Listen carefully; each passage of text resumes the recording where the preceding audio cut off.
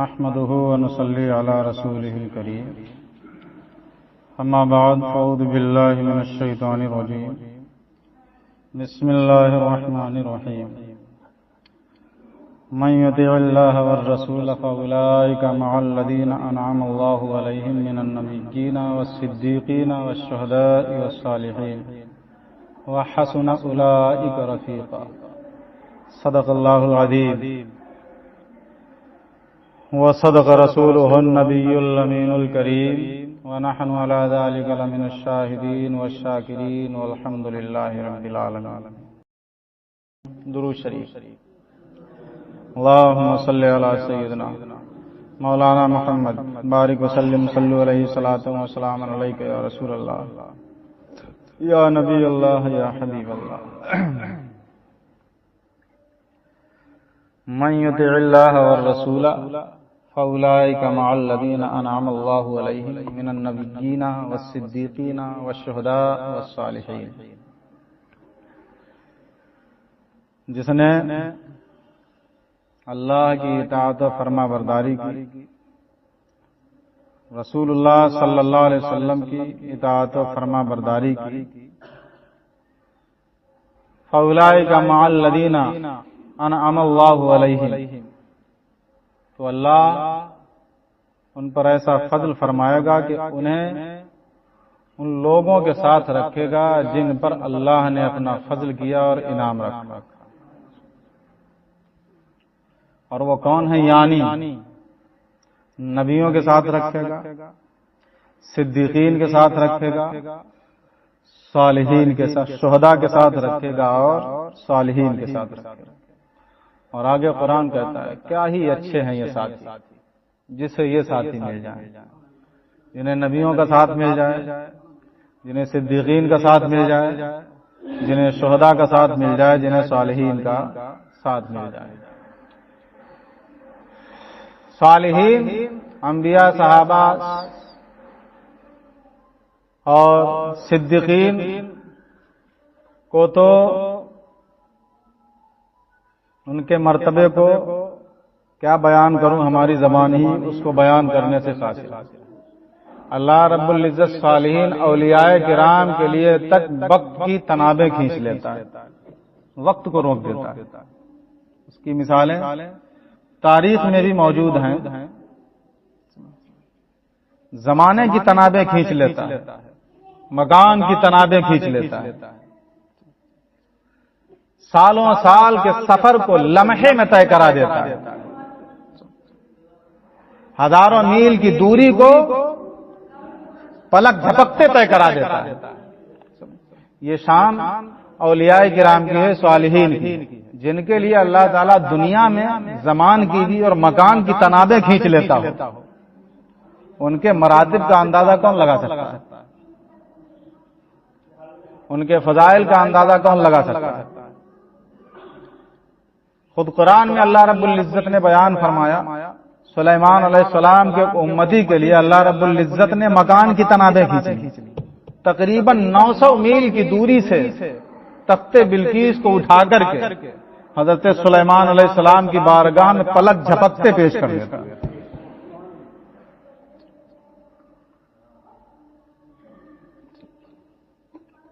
جبکہ میں یہ کہہ رہا ہوں اور قرآن کیا کہتا ہے؟ خود کہنے والا کہتا ہے، اس کا نام آصف ابن برقیہ ہے، جب ہم یہ انتصاب کرتے ہیں تو ہم کو کفر و شرک کے فتوے لگتے ہیں. اللہ کے سوا کوئی کچھ نہیں کر سکتا. خود قرآن میں وہ کچھ خود کہتا ہے کہ میں لے کر کے آؤں گا. توجہ،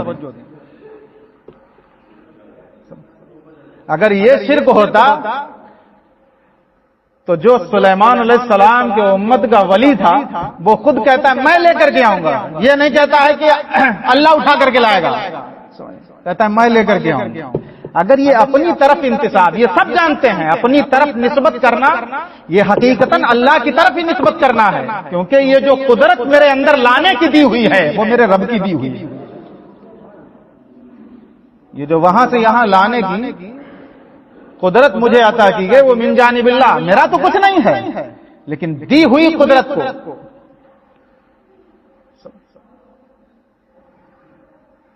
تو غیر اللہ کی طرف انتساب اور نسبت کرنا یہ قطعی شرک نہیں ہے، جسے اہل فہم ہی سمجھتے ہیں، اور نافہموں کے لیے دلیلوں کے انبار ناکافی ہیں۔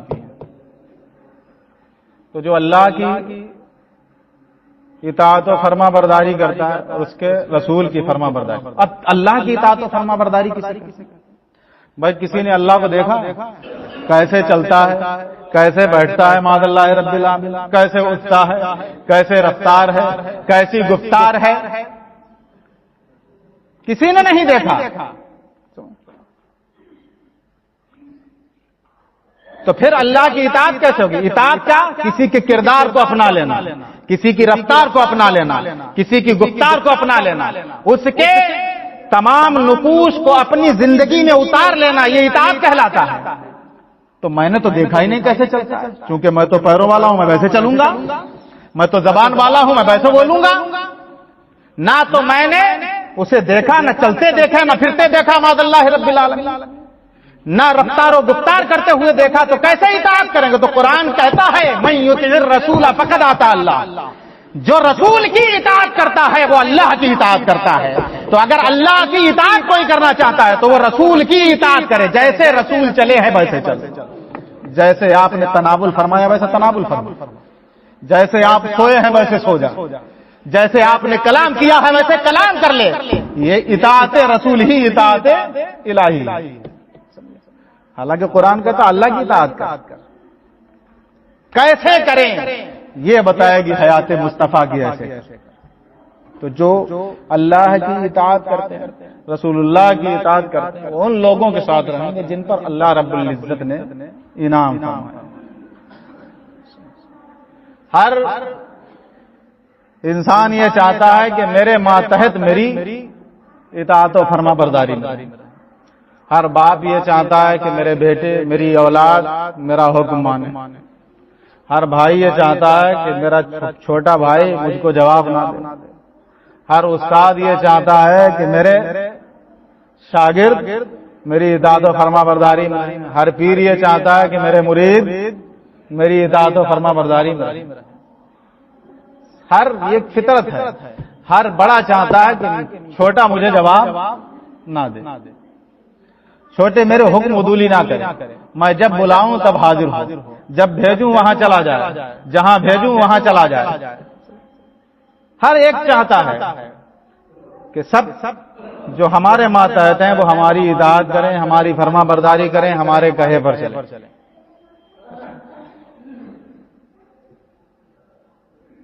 نافرمان ہو جائے، چار لونڈے ہیں کیا بتائیں مولانا صاحب، چاروں ایسے نافرمان ہیں کہ کوئی بھی بات سننے کو تیار نہیں۔ اب کوئی تعبیر ہو ایسا دے دو کہ یہ جو ہماری بات ماننے لگے، بالکل خرچ نہیں دیتے، ایک پیسہ خرچ نہیں دیتے، سب جو بھی کماتے ہیں سب اپنا برباد کر دیتے ہیں۔ اب بتائیے ہم کیا کریں؟ اب کرو یہ کہ اپنے گریبان میں جھانک کر کے دیکھ لو، کیا تم نے ایسے اطاعت کی تھی جو تمہاری ہو رہی ہے؟ جو اپنے مالک کا فرما بردار نہیں، وہ جس کا مالک ہے اس کی مملوک اس کی کبھی فرما بردار نہیں ہو سکتی۔ ہم جس کی مملوک ہیں، جس کی عبدیت میں داخل ہیں، ہم اگر اس کے نافرمان ہو گئے تو جو ہمارے ماتحت ہیں، ہماری عبدیت میں ہیں، ہمارے مملوک ہیں، وہ ہمارے فرما بردار کبھی نہیں ہو سکتے۔ یہ خام خیالی چھوڑ دیجئے اور اپنے مالک کی اطاعت و فرما برداری میں آ جائیے، ساری مخلوق اطاعت و فرما برداری میں لگی۔ اس کی مثال آپ کو دے دوں، حضرت سیدنا ابراہیم ابن ادھم بلخ کے بادشاہ تھے، جب اللہ رب العزت نے اپنا قرب عطا فرمایا تو سب کچھ چھوڑ دیا، فقیرانہ لباس پہن لیا، اور کئی پابند آپ کے قمیص مبارک میں لگے رہتے تھے، نہر کے کنارے بیٹھے سوئی سے اپنے کپڑے میں پابند لگا رہے، سوئی سے اپنے کپڑے میں پابند لگا رہے تھے۔ یکایک دوسرے بادشاہ وزیروں کا گزر ہوتا، کہتا یہی ہیں وہ بلخ کے بادشاہ، دیکھو کتنی شاہانہ شان تھی آپ کی، ہزاروں لونڈی غلام ایک اشارے پہ دوڑے چلے آتے، آج دیکھو کیا حال بنا رکھا۔ باطنی طور پر پہچانتے اور اپنی سوئی کو نہر میں پھینک دیتے. سوئی کو نہر میں پھینکا اور آواز لگائی, مچھلیوں میری سوئی لے کر کے آؤ, میری سوئی لے کر کے آؤ. جب آواز لگائی ہے تو سینکڑوں مچھلیاں پانی کی سطح پر نکل آئیں اور ان کے منہ میں سوئی لگی. اپنی سوئی لیتے اور پھر کپڑے سلنا شروع کر دیتے. فرمایا دیکھ لیا, جب تک اس تخت پر بیٹھا تھا, شاہانہ لباس میں تھا, لوگوں کے سروں پر حکومت تھی, آج اس پھٹے پرانے لباس میں ہیں. جن پر تیری حکومت نہیں ہے ان پر میری حکومت ہے. میرا حکم مانتے ہیں یہ بے زبان. تو جو اپنے مالک کا فرما بردار ہو جاتا ہے, ساری کائنات اس کی فرما بردار ہو جاتی ہے. تم اپنے رب سے محبت کرو, اپنے مالک سے محبت کرو. تمہارا بیٹا اتنی مرتبہ پکار رہا ہوں, نہیں سنا, اٹھایا ڈنڈا, یہ مار وہ مار, توڑ دیا. ہماری اولاد نے نہیں سنا, حالانکہ ہم اس کے مالک نہیں ہیں. مالک ہم اس کے مالک نہیں ہیں, ہم اس کے سرپرست ہیں. بچے پر ملکیت نہیں ہوتی ہے, آپ کی اولاد پر آپ کی ملکیت نہیں ہے. جس طرح آپ بھینس خرید لاؤ, بھینس تو آپ کی ملکیت میں ہے, لیکن آپ کو آپ کی اولاد آپ کی ملکیت میں ہے. بچے نے نہیں سنا, اٹھے, جھاڑو اٹھائی, 4-5 پھکنی اٹھائی, عورتوں نے مارا اور توڑ دیا. سن نہیں رہا ہے, کتنی مرتبہ آواز. ارے غور کرو, وہی پھکنی اٹھا کر کے جب تمہارا مالک تمہارے اوپر گزار دے کہ 5 مرتبہ کھانے خدا سے آواز آتی ہے حی علی الفلاح, کون جواب دیتا ہے اس کا اور کون آتا ہے اس آواز پر؟ اگر وہ اپنی پھکنی اٹھا لے تو کہاں بھاگ جاؤ گے؟ اپنا ہتھا اٹھا لے تو کہاں بھاگ کر کے جاؤ؟ کوئی ملک ہے, کوئی گھر ہے, کوئی جگہ ہے, کوئی چھت ہے جو تمہیں چھپا سکے یا مجھے چھپا سکے؟ نہیں چھپا سکتی, کوئی جگہ نہیں جو تمہیں چھپا لے جائے, بچا لے جائے. بچے تو ہم بچا سکتے ہیں, تم بچا سکتے ہو, لیکن جب اس کی لاٹھی اٹھتی ہے تو پھر بچانے والا کوئی سامنے نہیں آتا. تو یہ سمجھ لو کہ اس کی لاٹھی کی مار ہے. نافرمانیاں جب ہم اپنے مالک کے فرما بردار نہیں اور دوسروں سے فرما برداری, یہ میرا کہا مانا, یہ میرے کہے سے بالکل ہٹے نا, یہ خام خیالی ہے. جب تک اپنے مالک کے فرما بردار نہیں بنو گے اس وقت تک ہمارے ماتحت ہمارے آپ کے فرما بردار نہیں ہو سکتے. درود پاک پڑھ لیجیے. اللہم صلی علی سیدنا مولانا محمد مبارک وسلم صلو علیہ صلاۃ و سلام علیک یا رسول اللہ. ارے میاں, جانوروں سے سیکھنے کی ضرورت ہے. جب ہمارے پاس ایمان کی لگام, ہمارے دل اور ذہن میں ایمان کی لگام لگا دی گئی ہے, تو پھر کیوں اس لگام کے اشارے سے منہ موڑ کر کے بھاگتے ہیں؟ گھوڑا چلانے والا گھوڑے کے جب لگام لگا دیتا ہے تو اشارہ دائیں ہوتا ہے تو گھوڑا دائیں چلتا ہے, اشارہ بائیں ہوتا ہے تو گھوڑا بائیں چلتا ہے, اشارہ سامنے ہے تو گھوڑا سامنے چلتا ہے. اور مالک کا اگر گھوڑے والا اشارہ ٹرین اور ٹرک کے سامنے کر دے, کیا گھوڑے کی آنکھیں نہیں ہیں؟ وہ لگام کے اشارے پر چلتا ہے, مالک کے اشارے پر چلتا ہے. اس نے اپنے کان بند کر لیے, اس نے اپنی آنکھیں بند کر لی, اس نے اپنے حواس ختم کر دیے ہیں. اس کے چوٹ نہیں لگتی, اس کے زخم نہیں ہوتا, اس کے درد نہیں ہوتا, لیکن نہیں, مالک کے اشارے پر اس نے اپنے حواس تک ختم کر دیے ہیں. آنکھیں بند کر لی ہیں, کانوں نے سننا بند کر دیا ہے. مالک نے اگر اشارہ بس ٹرک اور ٹرین کے سامنے دے دیا تو گھوڑا ٹرین سے لڑ جائے گا, لیکن اپنے مالک کے حکم سے منہ نہیں موڑے گا. کیا اسے چوٹ نہیں لگی؟ کیا وہ مرا نہیں؟ لیکن کیا مالک نے جب اشارہ دے دیا ہے, نہ آنکھیں کھولوں گا, نہ کانوں سے سنوں گا, نہ حواس چالو رہیں گے. ہمیں تو اپنے مالک نے حکم دے دیا ہے, اگر مالک کہے گا تو جیئیں گے, مالک کہے گا تو مریں گے, مالک جدھر کہے گا ادھر چلیں گے, مالک روڈ پر چلائے گا تو روڈ پر چلیں گے, مالک کچے میں چلائے گا تو کچے پہ چلیں گے, مالک پتھروں میں چلائے گا تو پتھروں پہ چلیں گے, مالک کانٹوں میں چلائے گا تو کانٹوں میں چلیں گے. یہ جذبہ جب پیدا ہو جاتا ہے تو سمندر کی مچھلیاں آب سطح پہ نکل کر کے آ جاتی ہیں, وہ بھی مددگار ہو جاتی ہے جب یہ نظریہ اور اپنا جذبہ بن جاتا ہے. استغفر اللہ ربی من کل ذنب و اتوب الیہ.